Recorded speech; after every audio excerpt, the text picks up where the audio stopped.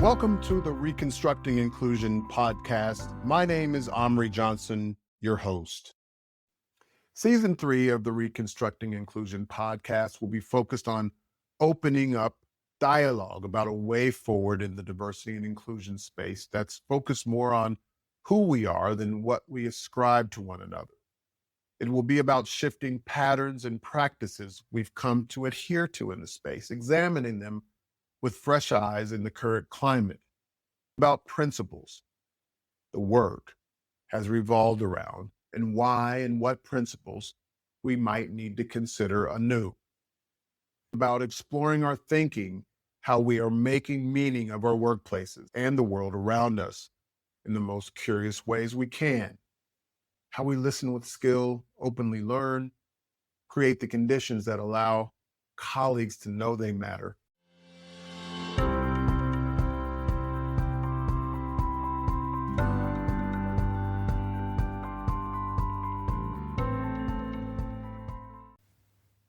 Hey folks, welcome to the Reconstructing Inclusion podcast. This is Amri. There's a moment when you're writing a book that you don't realize that there's something more, or you don't realize what's next, but you realize that you're just not simply making an argument. You're actually bringing yourself to something else. And I didn't fully understand that I was chasing some idea that went beyond what we typically think of as inclusion. It was shaping, but I couldn't see it. I didn't know how to name it, but I could feel what it was. And I could feel what it would mean if I could get my arms, hands, mind around the concept. So I had that experience while I was writing Reconstructing Inclusion, my last book. I was making a really careful case for why diversity, equity, and inclusion, so-called DEI, had been operating wrong. It was on the wrong level. It was in the wrong direction, had the wrong structure. It was a lot of ceremony, too much ceremony, too little really structure, architecture. There was big aspiration, and I think for the most part, good intention, but the pathways to make it real just weren't there, to make it consistently stick, for it to create the change that people wanted to see by and large. What I didn't know while I was writing Reconstructing Inclusion is that the thing that I was chasing had a name, and that name is mattering. It's not belonging. It's not inclusion. Look, inclusion, belonging, very important, and they're part of the mattering construct as I have come to understand it at this point. It's not psychological safety. That matters as well, and I know that's one of those big things that have come up to replace so-called DEI. It's mattering. It's this experience, this everyday experience of knowing that your presence creates value for others, and that value that you bring every day is real to the organization and it's real to you. So I'm going to spend a few minutes, 18 to 20 minutes or so, tracing the path backwards through Reconstructing Inclusion and pointing to places where mattering was already there, already being argued for, waiting to be named. And then I want to talk about why this is not just an intellectual exercise, why in the moment we're in now, obviously the AI conversation disrupting what people think about work and the future of work, the complexity that's happening across the globe politically, that's reshaping organizations, organizational life, mental models around what organizations look like, structures that are shifting without people fully understanding what that means, along with institutional trust being very low. So all of these things kind of coming together at a nexus in a way. They're not nice to have. Mattering is not a nice to have thing. It's strategic. I would say it's imperative right now in ways that I think we're just scratching the surface of, where everybody's talking about human in the loop or human is the loop and AI comes into it. There's all these ways of thinking about it, but mattering is imperative for this reason. So let's get started. So Reconstructing Inclusion opens with a critique of the field, and it was a very intentional provocation. So I wrote, and I'm going to read this because I want you to hear what I said precisely. Despite this growing importance, there have been very few frameworks to advance the work. When I say the work in this case, I'm referring to inclusion, diversity, equity, DEI, EDI, whatever you call it. Despite this growing importance, there have been very few frameworks to advance the work beyond historical attachment to representation. Words like belonging and equity have been added to the aspirational outcomes, but the pathways to make this accessible, actionable, and sustainable have not matched the aspirations. With such enthusiasm, it is possible that this is our last and best chance to save DEI from death by 1,000 platitudes. Death by 1,000 platitudes. I meant that. One of my colleagues, Jonathan Ashong-Lamptey, Dr. Jonathan, he talks about that particular line a lot because I was very intentional about it and I was worried. And I think I had a reason to worry if the present situation is any indicator. What I was describing in this notion of what I called ceremonial DEI, some people call it orthodox DEI, it's a practice that signals commitment, but it doesn't build any fundamental infrastructure to make sure it's on the right foundation. Organizations, they could tell you their DEI goals, but not what behaviors were expected of those who had the most influence, of the leadership, the most senior leadership. They weren't clear about that. Organizations had, or even have today, belonging in their value statement, but there's no way to tell you whether people actually felt or feel like they matter. The whole first section of the book is a deconstruction. I take apart concepts the field uses: belonging, diversity, meritocracy, equity, intersectionality, and I ask, do these actually work in the way that we're using them? Do they create the conditions they claim to create? The answer in most cases is not as practiced. Meritocracy, for instance. I wrote that the real equation is not capability plus effort equals merit. It is capability plus effort plus network access plus proximity to power or proximity to decision makers. And those last two variables, proximity to decision makers and network access, are not equally distributed in organizational life. We all know that. They accumulate through informal relationships, those who go rock climbing or golfing or play squash or just go and have drinks after work. Those are informal relationships, and they happen through what is called bonding social capital. If you haven't read the book Bowling Alone by Robert Putnam, he talks a lot about bonding and bridging social capital. It's one of the first books that I read about the subject.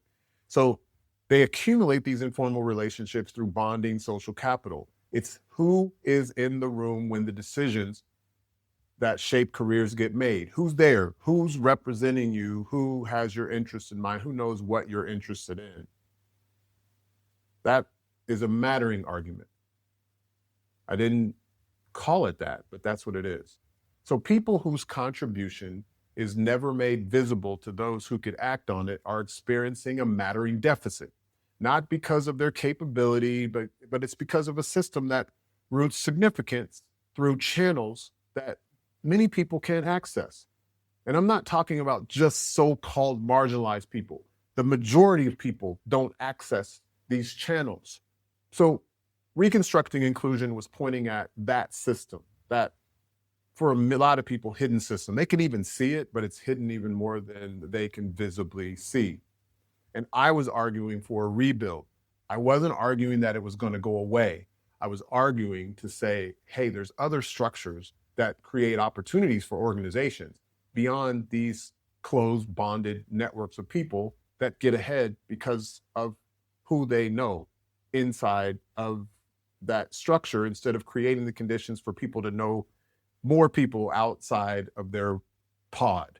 So what I believe now, and I understand now, is that infrastructure is a mattering infrastructure. It's a infrastructure of value being created and people knowing that value is created. I'm going to take you into a couple moments of the book that indicate that mattering was there, even though I wasn't calling it that. The first is in the chapter called Overstanding Exclusion. Overstanding is a word that I got from a Rastafarian friend of mine. He was saying, "Brother Amri, you don't want to understand, you want to overstand." Now, I was in my 20s, maybe 21, 22. I was like, yeah, that's so cool. I still do believe it. So Overstanding Exclusion was that chapter. The chapter opens with a long passage from William James. It was written in 1890. So he was describing, at least in the language of his time, the most dehumanizing experience he could imagine. So I'm going to read it in this language. If it's not clear, it will be clear by the time I finish. He said, "No more fiendish punishment could be devised were such a thing physically possible than that one should be turned loose in society and remain absolutely unnoticed by all the members thereof. If no one turned around when we entered, answered when we spoke, or minded what we did, but if every person we met cut us dead and acted as if we were non-existing things, a kind of rage and impotent despair would ere long well up in us, from which the cruelest bodily tortures would be a relief. For these would make us feel that however bad might be our plight, we had not sunk to such a depth as to be unworthy of attention at all."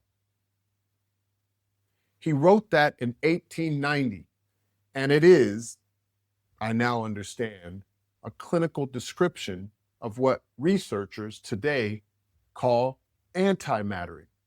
Gordon Flett is one of the top researchers in the mattering construct. He's one of my go-to researchers in this work. In his 2021 landmark review of the mattering construct, he identifies antimattering as a distinct psychological state, not just the absence of mattering, mind you, but the active experience of invisibility, insignificance, and dismissal.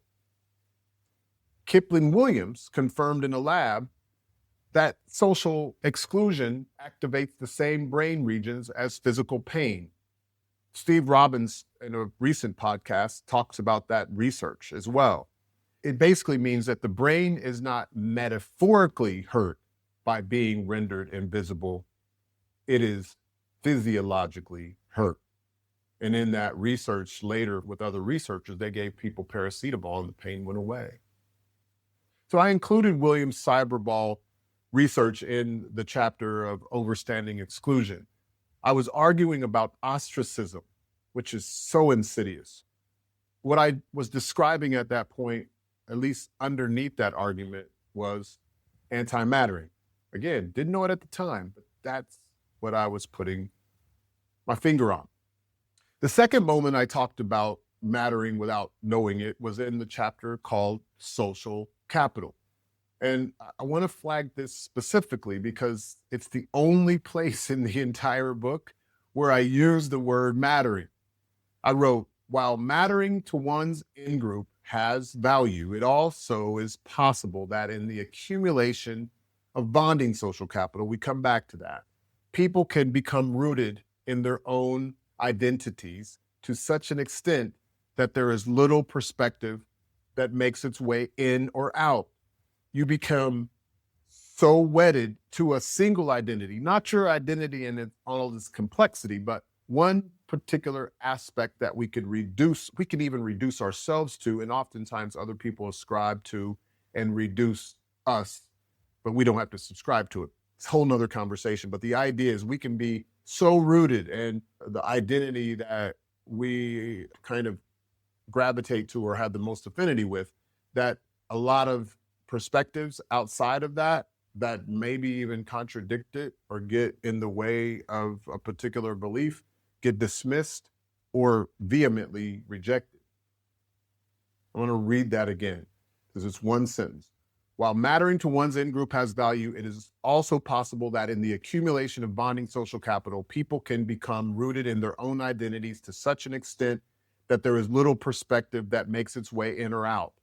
That one sentence, and it is perhaps the thesis, at least one of the theses of my next book. Mattering to your in-group is not enough. It is not sufficient. Mattering in your immediate team is not enough. It is not ample proof of your value, full stop. The conditions for organizational mattering require that your significance travels beyond the close network. It reaches the people with institutional power, influence over your next steps, over your next opportunity to show your value, is recognized by those who can act on what's possible for you. I was arguing there for bridging social capital in the chapter on social capital. I was arguing for the organizational conditions where diverse contributions can become visible. I'm not talking about diversity in the way that oftentimes we've perverted that word. I'm talking about diverse contributions, ways of seeing things that others might be able to see. You can call it viewpoint diversity. You can call it cognitive diversity. Oftentimes, those things are occluded. They're not seen. And I was arguing without naming it for, again, here comes that word, mattering infrastructure, or creating, oftentimes what I also say is a mattering habit. Mattering infrastructure and a mattering habit is an organizational way of seeing, being, and doing where value is clear to somebody. And sometimes clarity that you're not producing value, but also that you are having value added to you. The third moment is in the book's opening description of the pastor I grew up with, Reverend John T. Olds. Reverend Olds used to say from the pulpit, and he was 2 meters plus tall and just probably encompassed the Christ spirit probably as much as anybody I've ever met. Only a few people in my life have I met that have that spirit. He was my first that I really could see it emanating from him. He said, let people know not only that you are thankful to them, but that you truly appreciate them. He meant say it and show it to others. And Zach Mercurio, another of the researchers that I cite quite a bit, he says his first two behaviors of his framework: see and hear people, affirm their significance. Reverend Olds was encompassing that, embodying that, and he never read an HBR article from what I know. And quite honestly, he would have never needed to. He just understood it. It was something much deeper in his experience as a chaplain, his experience with people each and every day. I included that story because it shaped how I think about inclusion. And looking back now, I see that what he was modeling was mattering. And I was storing it for a book that I hadn't written yet. Obviously, hindsight is 20/20, but it just makes much more sense to me now. So I want to talk a bit about the current moment, because mattering is not just the next evolution of inclusion work. It is the variable that organizations are missing right now in this specific and demanding context that we find ourselves in. Consider what organizations are navigating all at the same time, simultaneously. Large language models are changing the nature of work faster than most workforce planning anticipated. They might have even saw it before, but they did not anticipate where we are right now. They did not anticipate the rhetoric. They did not anticipate the speed. They did not anticipate the disruption in the way that might have allowed us to get through this a little differently, but it is what it is now. The question is not just which task AI will handle, though that's real and necessary. It's a question that we have to ask. The deeper question is, when AI handles an increasing share of execution, what gives people significance? What gives people meaning? What tells someone their presence in the organization creates something that would not exist without them? Rosen, Kellerman, and Seligman in Tomorrow Mind put it directly. Developing a sense of mattering is particularly necessary to weather the frequency of role changes that have and will be required during AI ascendancy. That is a psychologist and a Nobel-adjacent scientist telling organizations that mattering is a strategic variable for the AI transition. Now, at the same time, we got geopolitical complexity. It's reshaping the context that people bring to work. Back to Flett, Gordon Flett, in his mattering research found that one of the surest ways to generate widespread conflict and protest is for people in powerful leadership positions to enact policies that convey to large segments of the workforce that they simply are insignificant. Does that sound familiar? You bet it does. We're living through multiple examples of that dynamic at a societal level right now. And that doesn't stay just outside of organizational life. It's not just outside of the doors, metaphorical or physical doors of organizations. It follows people through the door and when they leave out the door. What employees bring to work is not just their skills, it is their whole being, their whole context. I'm not saying you're bringing your whole self to work because I don't know if I believe that idea, but they're bringing that with them, and whether they're revealing it or not. They're bringing their whole context, including the sense of whether those with power in their world regard their existence as significant. We've heard CEOs talk about, low value talent, little stuff like that. Those things sting. And it doesn't just sting that one organization where that CEO says it. It ends up being like, is that what other people think about me? These are even people that have performed at a high level. There is no loyalty when people believe that. Organizations that build mattering infrastructure, build the mattering habit internally, are building a container strong enough to hold that context of all of these things happening simultaneously. They're able to build that context without collapsing under its weight. And man, there's evidence about what's already happening inside of organizations. Zach Mercurio cited numbers in a 2025 HBR coverage talking about mattering at work. He said 30% of employees feel invisible, 65% feel underappreciated, 82% feel lonely. That's been backed up by some other research, and I'll talk about that in another podcast with the former Surgeon General of Vivek Murthy. The Great Resignation, we've been hearing that, quiet quitting, slow erosion of engagement scores despite constant investment. These are not problems of how much people are being paid. They're not about perks. They're mattering deficits. In Reconstructing Inclusion, I wrote about the data scientist, who happened to be my friend, who identified an organizational need for AI and machine learning capabilities years before the organization recognized it. This was back in like 2015, 16. This person was brilliant. He shared his findings across the heterogeneous network of colleagues that were curious about machine learning, that were already putting their fingers in it. Central leadership didn't engage. They said, oh, that's cool, but they didn't engage. By the time the organization caught on, competitors had moved ahead. My colleague left.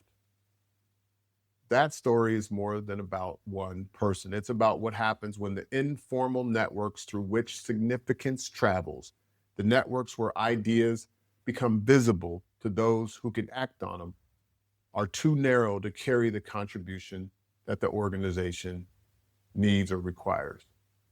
It wasn't about just my colleague. It was about those networks that can give significance to ideas that might, for a lot of people, occur on the periphery now, but what we're seeing in this case, in the future, which is now, they carry tremendous weight, tremendous weight. The organizations that navigate this moment, well, if they navigate it well, they won't just have better AI strategies or better geopolitical risk frameworks. They will have built the conditions where people believe their presence in the organization is significant enough to bring their full capacity to the problem, their full embodied capacity to create something that hasn't been created yet, something that they're navigating to, that's novel, that is emergent. People need to know they're significant to do that. That's a mattering question. It requires a mattering answer.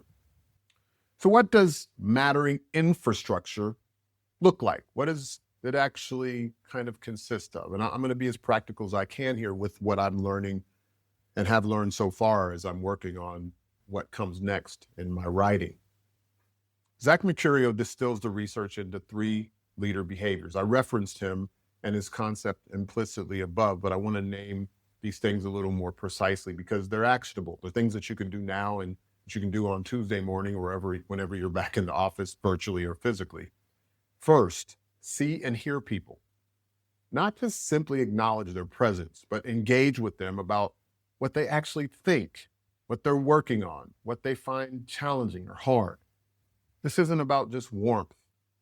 It's about paying attention in a way that communicates that the person's interior experience of work, their experience of how work moves through them and how they interact with their colleagues, you want to know that that person's interior experience of the work they do matters to you.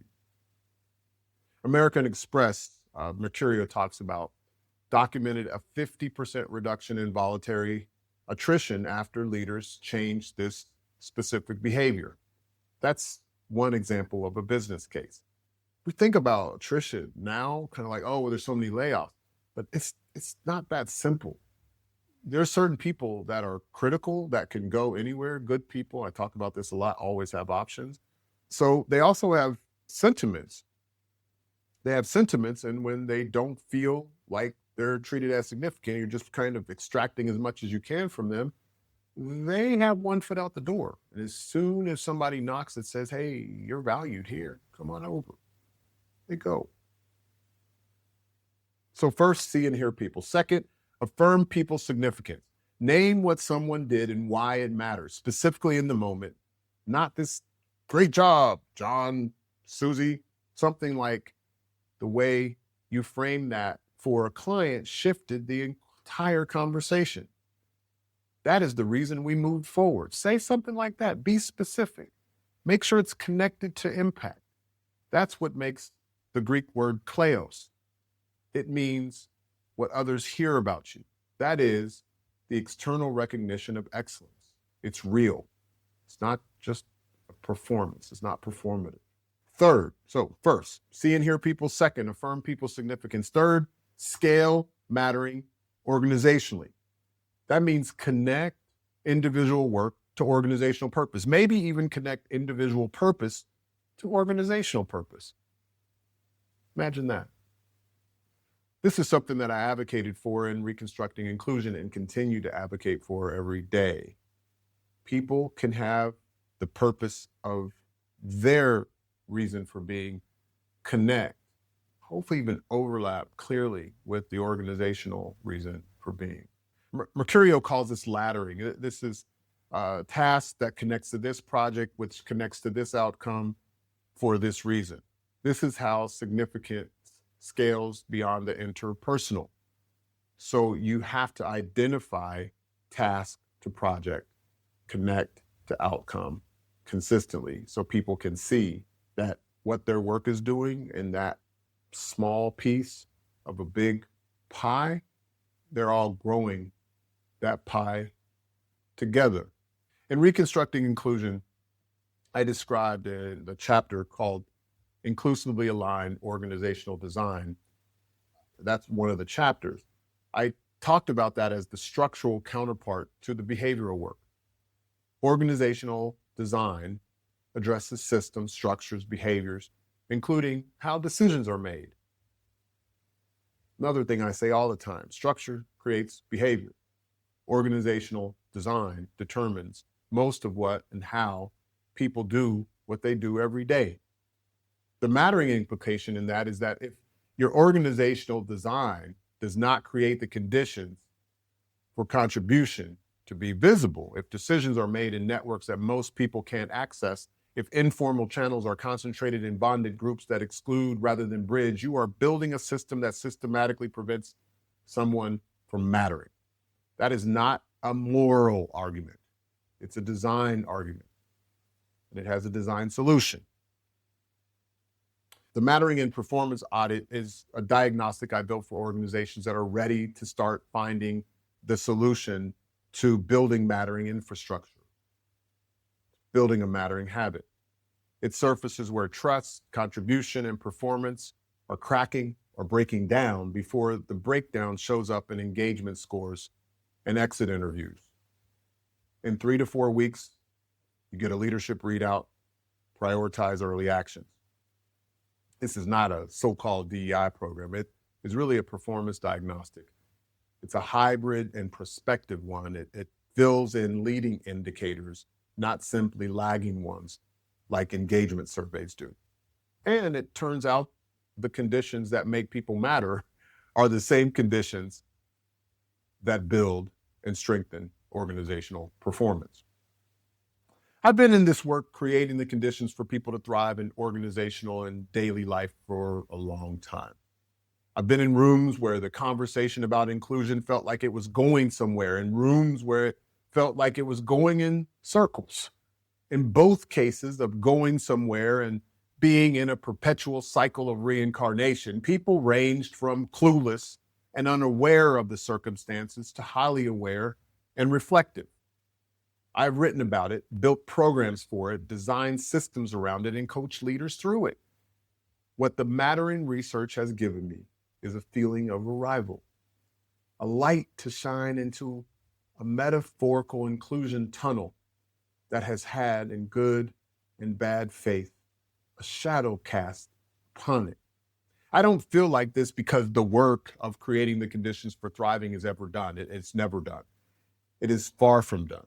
But because I can now see what I was building toward, the chapters of the social capital chapter in my book, overstanding exclusion chapter in my book, my critique of ceremonial or orthodox DEI, the argument for co-creation, the existence of both and thinking, all of it was pointing to mattering. Martin Seligman, as I mentioned above, changed PERMA. PERMA is his framework for well-being. Harvard Business Review ran the cover story. The research is converging. The moment now is urgent. And the organizations that get to mattering first, that build the conditions where people genuinely experience significance in their work, that design for fairness in process, exposure, and opportunity so that significance is not concentrated only in those closest to informal power. Those organizations will navigate the complexity of the next decade with something their competitors cannot easily replace: trust. The kind that comes from people who believe the organization regards their presence as genuinely significant. Reconstructing inclusion was the diagnosis. What comes next is the rebuild, an urgent one. Thank you for spending time with me. If this conversation is useful to you, and I hope it is, share it with someone who is trying to figure out the same questions. And if you're ready to diagnose where your mattering is breaking down in your organization, let's talk. And if you'd like more information about the Mattering in Performance Audit, a link is in the show notes, and always feel free to DM me. I hope this was helpful. Make it a great day. Peace.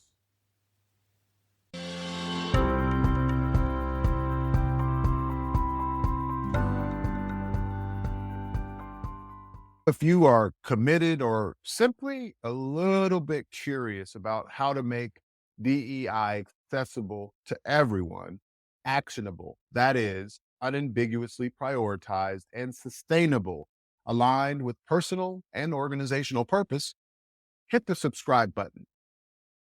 Make it a great day. Peace.